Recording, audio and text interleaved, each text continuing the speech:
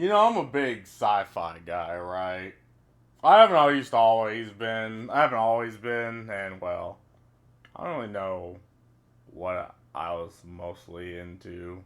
I mainly, shuffled around IPs and interests, but I'd say at this point, sci-fi is my shtick. Sci-fi is my thing, and Dune just seemed like an interesting universe. Like it's not anything we haven't seen before, right?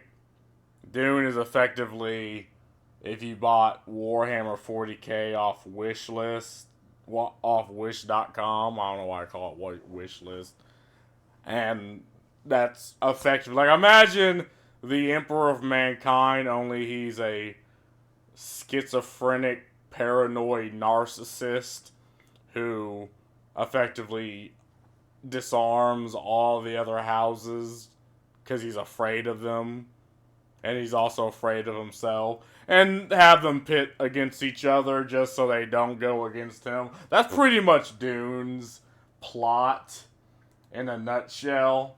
But then you have the whole thing with the space dust on the planet.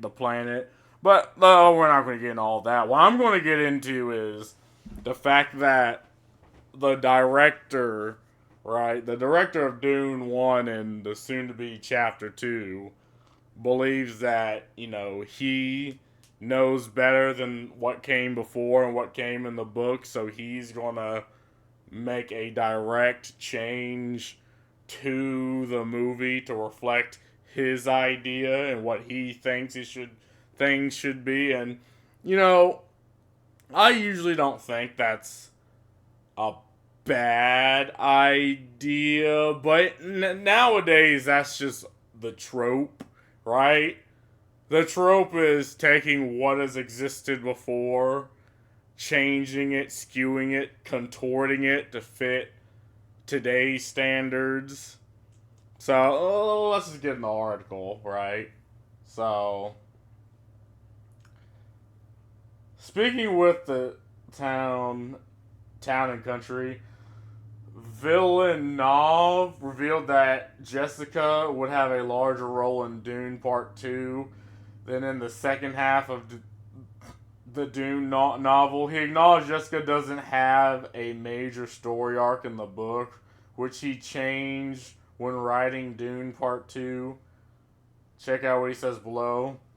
Lady Jessica kind of disappears in the second part of the book, and I made sure as I was writing the screenplay to do the opposite, to make sure that she will be active, to bring her back to the front of the story. I'm looking forward for the world to see what Rebecca Ferguson has accomplished. She's not afraid to go very far away. She's a force that I can count on. And again, at first you're like, I mean, it's fine.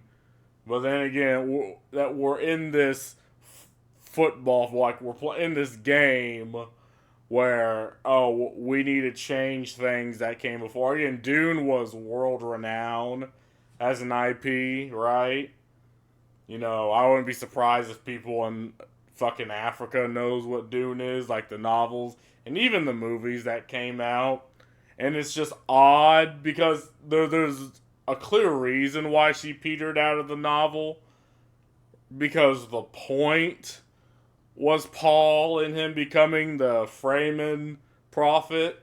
Like that was the entire point, and all the machinations that went around that, and their war with the I can't remember their fucking name, the Hakarans. Or am I thinking of like a game? So, and that's the reason, right? But I think this change and putting her into the forefront is a bad one, because at the end of the day, I kind of want to just see the action. Like, I don't want to see a bunch of talking, which is what Lady Jessica's probably going to do. Again, I haven't read this yet, but I'm pretty sure that's what they're looking for. They're looking for more of a narrative based idea as opposed to an action based. And I've seen the trailers, right? There will be action, But it's hard to have that if you're jumping between that and just character development. Like, you need to know where to put it to where it's not annoying. And in the novels, they kind of petered away from the character development and went straight into the action, which is why she petered out. Like, if I'm not mistaken, she became a reverend. I think that's what they're called, reverends. And I think she birthed Paul, which is the head of House Atreides. Is it daughter? The other child, and again, that was her achievement in the book, right? But I don't know what else they could make her do. In Harper's Dune novel, Jessica becomes a reverend mother of the Bene Gesserit. Yeah. Using her genetic memory to unlock new knowledge and abilities, she uses these powers to help Paul become the Fremen's prophet, Maudib. Using his strength as a male Ben Gesserit.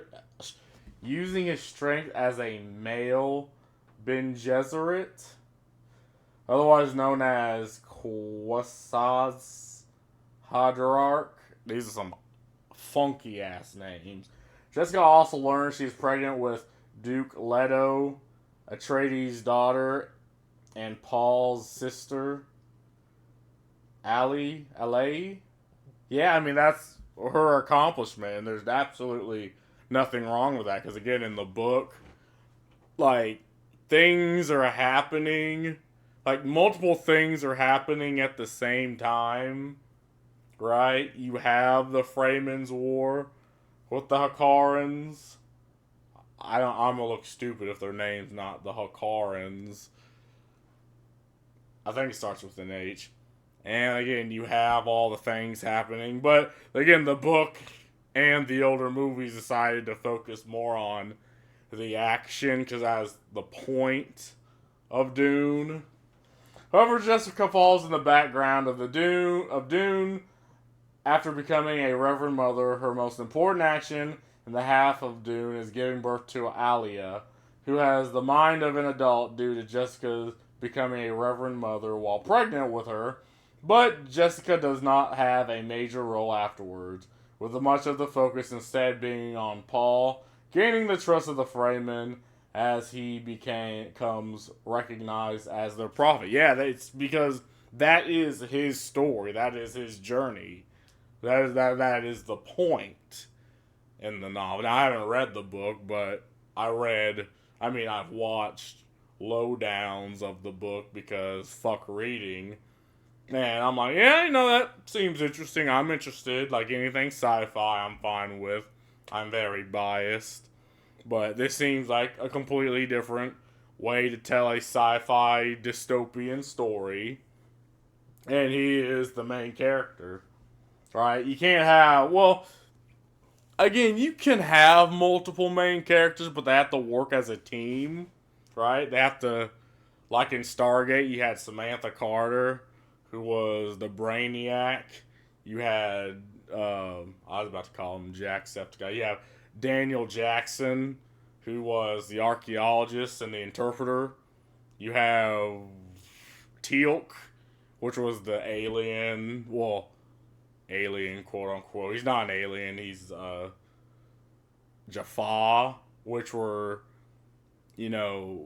slaves of the Goa'uld, which were the major baddies, at least through most of the Star Trek.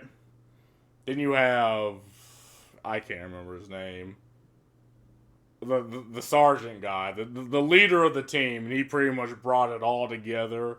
It was gun-ho.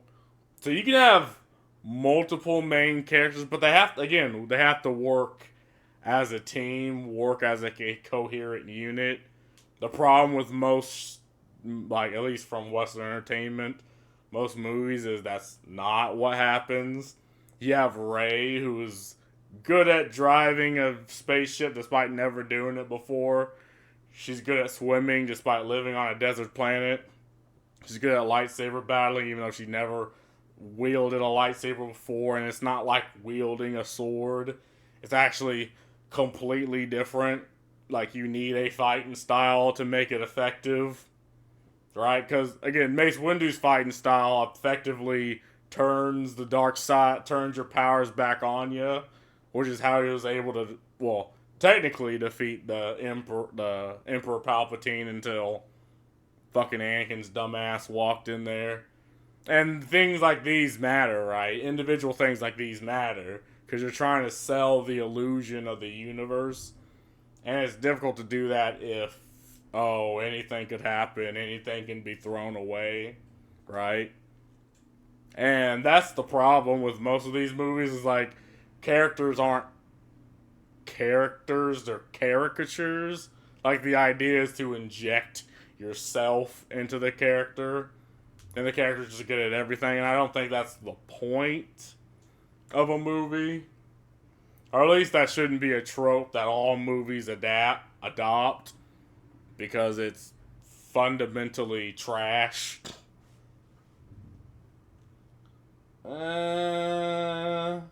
Villeneuve giving Jessica more to do in Dune Part 2 could help give Paul's a foil to his plans, as Jessica could act as a voice of reason clashing with Paul's ideals. But why? Like, not what? So, I mean, they're fighting a war here. This isn't a telenovela. I mean, tough decisions sometimes have to be made, but whatever, I'm not going to assume a lot. She could also secretly assess her son in having the Fremen see him as Mahdi. Well, the point of the story is for him himself to prove it. If he's getting help on the sideline, that waters down that entire plot point. Like, he needs to prove that he is the prophet. Because it doesn't matter what the hell Jessica says if he fails. If it's a skill issue, if he's trash. Feeding him information via her genetic memory so he would prevail. But again, that waters down his struggle to just have a helping hand. That's not the point. That wasn't the point of 2, right? The second part was him proving who he is, who they say he is. The extent of Jessica's role in Dune Part 2 will become clear when the movie comes out. Let's see some fucking comments, which probably are not here. Gotta love it. Actually, what? Hold on. Wait. No comments? Oh, but it wants my fucking email address. Whatever. Again, this is what I'm saying. It's odd how when something becomes popular, you have all these odd ideas and like these parasites and people who think, oh, I can take the reins now. You know, I standing on the shoulder of giants, and I can hold it up myself. You don't need to do it. It's like, no, I mean, you know, Dune sells off the name alone and off the world and the story and the plot and the vision alone. It doesn't need anyone to tinker and to micromanage every aspect of it just to change it around and put your vision out. That's not the fucking point. If that's what you want to do, you make a new IP. Don't wear another one like a fucking skin suit. But anyway, that's all I gotta say about this. Like, I'm still kind of hyped for Dune 2. I just don't know why the director's effectively speaking out his ass here, thinking he knows better than what came before him. That's just a shit take. So anyway, see ya. Have fun. Peace. My pee-pee hit.